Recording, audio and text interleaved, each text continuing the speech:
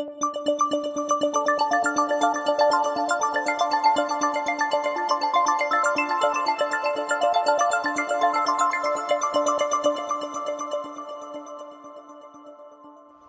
is a weekend when I'm normally fishing down on Martha's Vineyard. And when I do that, I usually go fishing with a good friend of mine, and we spend most of the time talking and relatively little of it fishing. And as we talk, he often reminisces about meaningful times in his own life.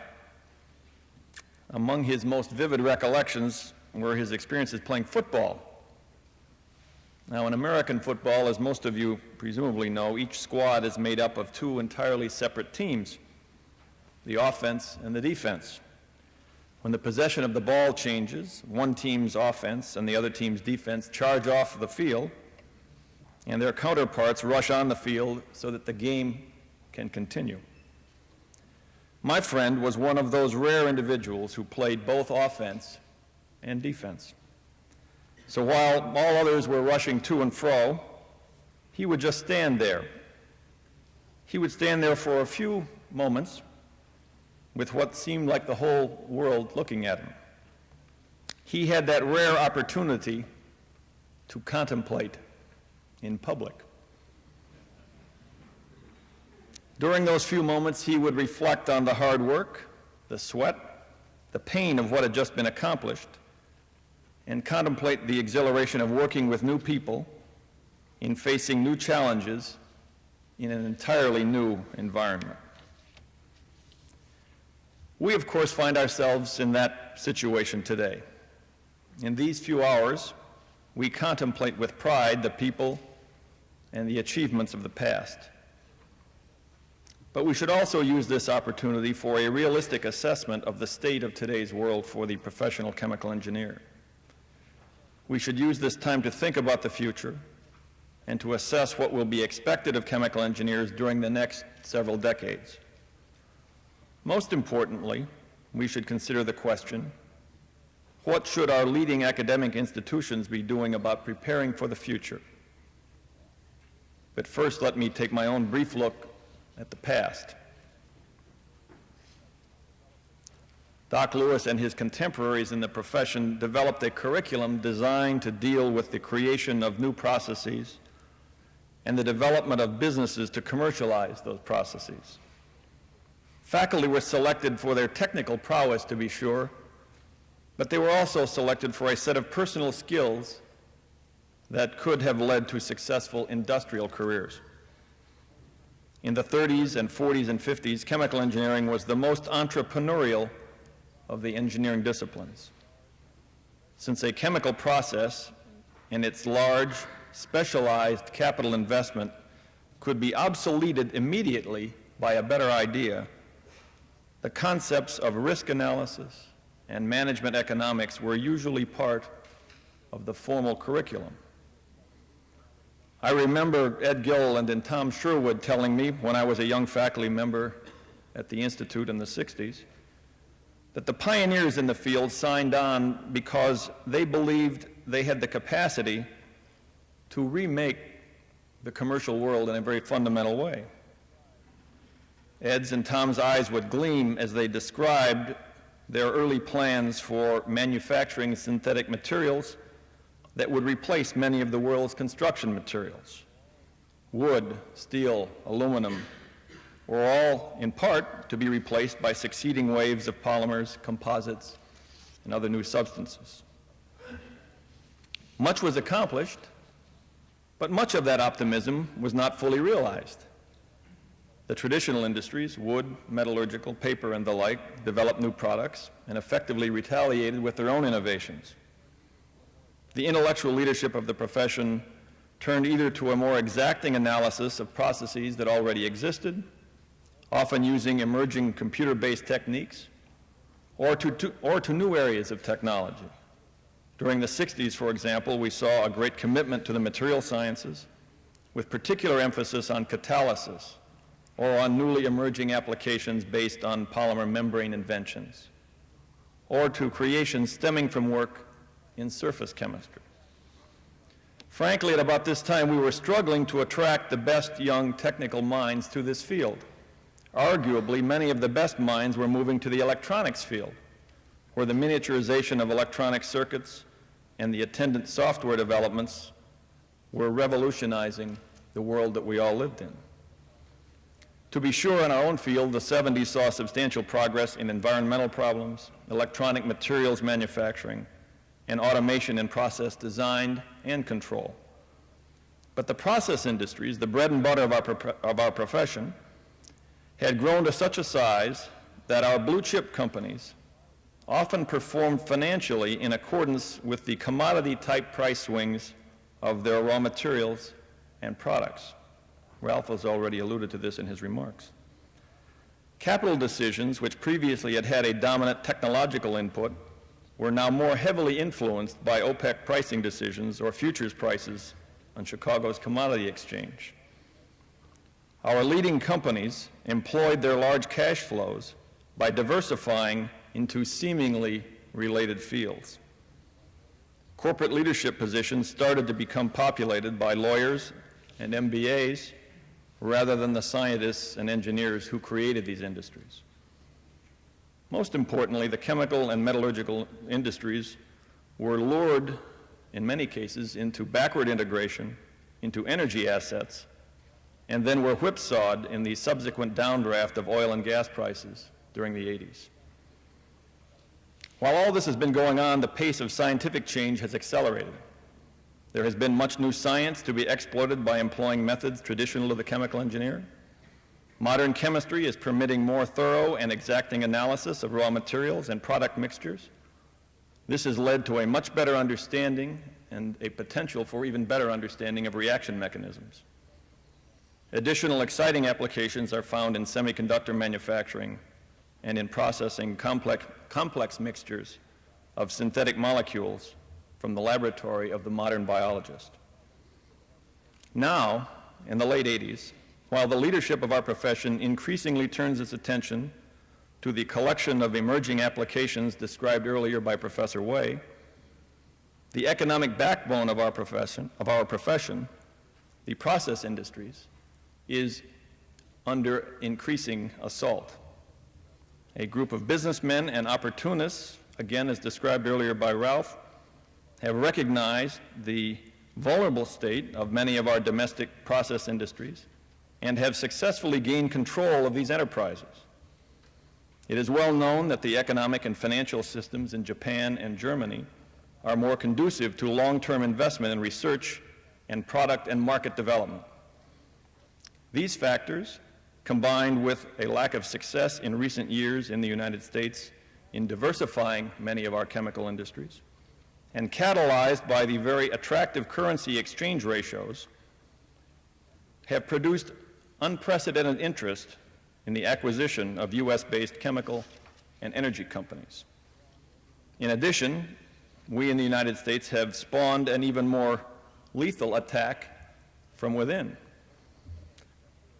This attack has been organized by a sector of this nation's financial community. Now, our financial community is composed of financial analysts, lawyers, investment managers, and investment bankers. And for the most part, these individuals diligently and competently manage the assets of our country's institutions and our citizens. A portion of this community, however, is highly entrepreneurial. Some would call these people financial opportunists. Others would even term them financial manipulators, or, as in the case of Mr. Boesky and others, financial frauds and criminals. These people have been particularly attracted to the values of our industry and have produced remarkable speculative activity in chemical stocks. This speculation has transferred to the financial community an unprecedented degree of control in the allocation of capital, in the ownership, and even in the management of America's chemical and energy enterprises. Now, I consider that the younger members of today's financial community to be among the most able people of their generation. Many of our most qualified young people in the United States are increasingly attracted to investment management, to consulting, and to financial advising. They do it quite simply because that's where the money is. I know, because I used to hire them in my previous job at Fidelity. And I will tell you that they are highly motivated, exceedingly able, and very aggressive. Now, this cadre on the whole is quite critical of the management of many of our chemical and energy companies in this country. They say that we have spent millions on diversification and have little to show for it. They say that we have lost our international market share position in some of our principal industries. And they say that we have been, in some cases, negligent in creating growing values for those who own our enterprises, our shareholders. The problem, of course, is that there are strong elements of truth in these criticisms. These observations explain our automobile industry's loss of its once dominant world leadership position and the consequent loss of our tire industry's market share. Our best managed chemical companies paid up to acquire energy assets at an inopportune time. And for a number of years, our steel industry most often made headlines for its vigor in challenging the wisdom of America's trade policies. In turn, all these events have led to the now commonplace wave of corporate restructurings, leveraged buyouts, takeovers, and ownership raids. In sum, it appears to me that one of the most creative segments of this nation's youth have been mobilized during this past decade in a highly effective assault on the industries created and built by their parents' generation.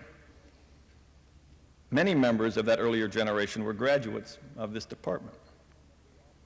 In the meantime, the curriculum that we offer our students has remained substantially unchanged.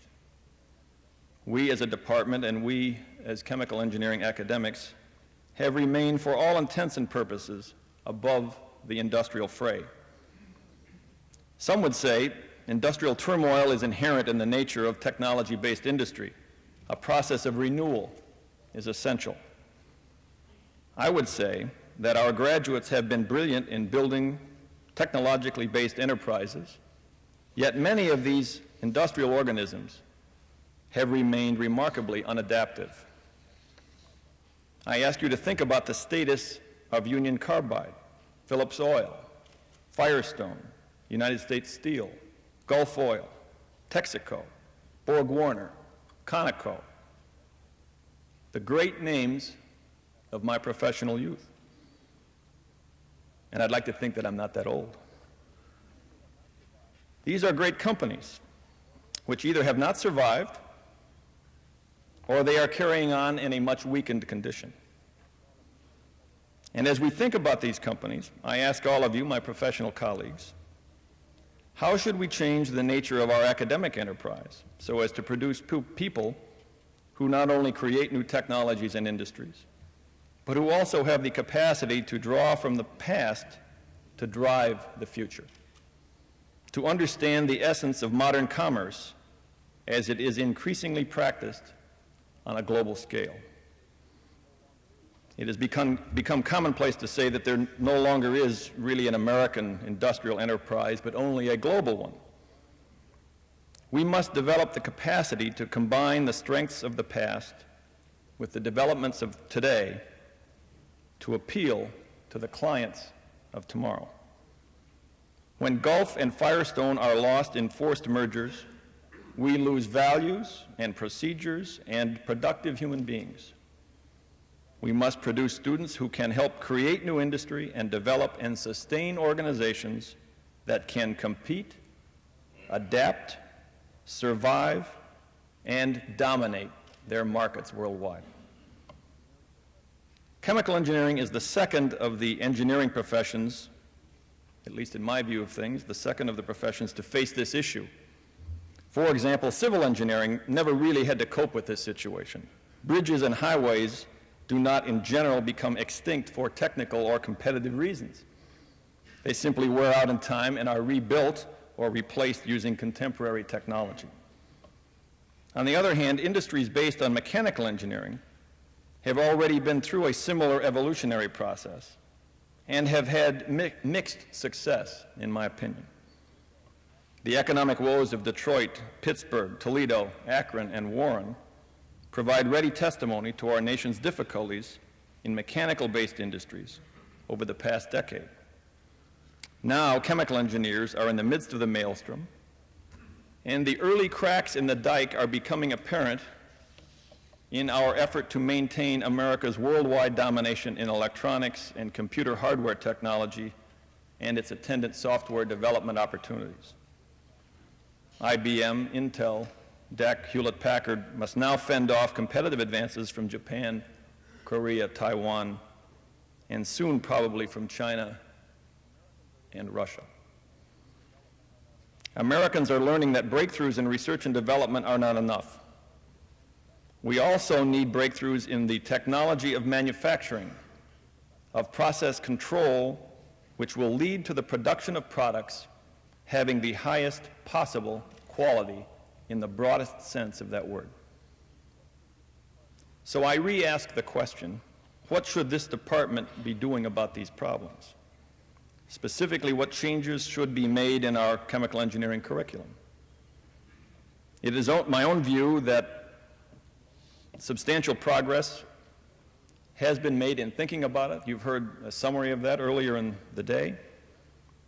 It is my further view that our undergraduate curriculum is already pretty fully committed as a result of the conflicting pressures for mastering an ever-expanding body of technology while simultaneously developing a real integrated sense of the humanities and social sciences. However, in the graduate curriculum, particularly our doctoral program, I believe there is real room for improvement. Doctoral students presumably have made a commitment to this profession, and many of them will end up in positions of leadership in industry or government. Our doctorate in engineering is patterned after the traditions of the doctorate in the sciences. As more and more science has become the focus of our engineering doctoral degree, in my judgment, we have lost sight of the concept that the function of an engineer is to apply science to solve problems of practical significance. As such, I believe our graduate students should be required to develop at least some sense of global economics, marketing strategy, product differentiation, and patent law. During the 5 years that it takes a typical student to complete his doctoral work, shouldn't we require that he or she be able to interpret a balance sheet or an income statement, or to read intelligently a corporate or government agency annual report? How about requiring that all of our graduate students demonstrate some oral proficiency in a foreign language, not the less demanding written exams that we had in the past? With our students' lack of exposure to financial matters, organizational dynamics, and the simple basics of sales and marketing techniques, we are producing players who are entering a game where they are really ill-equipped to compete effectively. In my view, adequate exposure to many of these issues can be provided without unduly detracting from our primary objective of technical excellence. In addition, such exposure would also enable us to provide for our students an element of career guidance of a much higher order. And it is my view that this is an area where real improvement would be welcomed by our students. Having said this, it is becoming increasingly clear that the survivors of our older companies in the chemical and energy industries and the strategies of our entrepreneurial companies must now take into account the realities of a truly global arena.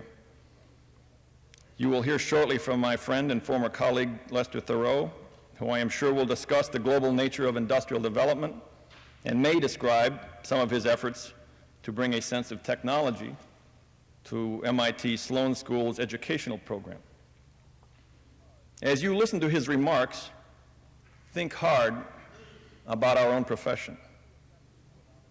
Dean Thoreau's managers will not be effective without an appreciation of technology.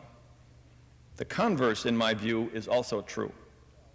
Our graduate chemical engineers will not excel in their inevitable and rightful positions of leadership unless we provide for them a very different and broader approach to their education and an expanded definition of professional competence. So just as my friend recalled his past glories on the football field, we can also reflect upon our own achievements here today. These last 100 years have been exceptional and have seen an unrivaled procession of outstanding individuals, new technologies, and industrial enterprises. But too many of these industrial creations have not adequately met the test of time. As we contemplate the future, we need to know why, and we need to adjust our educational enterprise so that the institutions of the next century will exhibit more enduring values in an increasingly international, competitive, and complex marketplace. Thank you very much.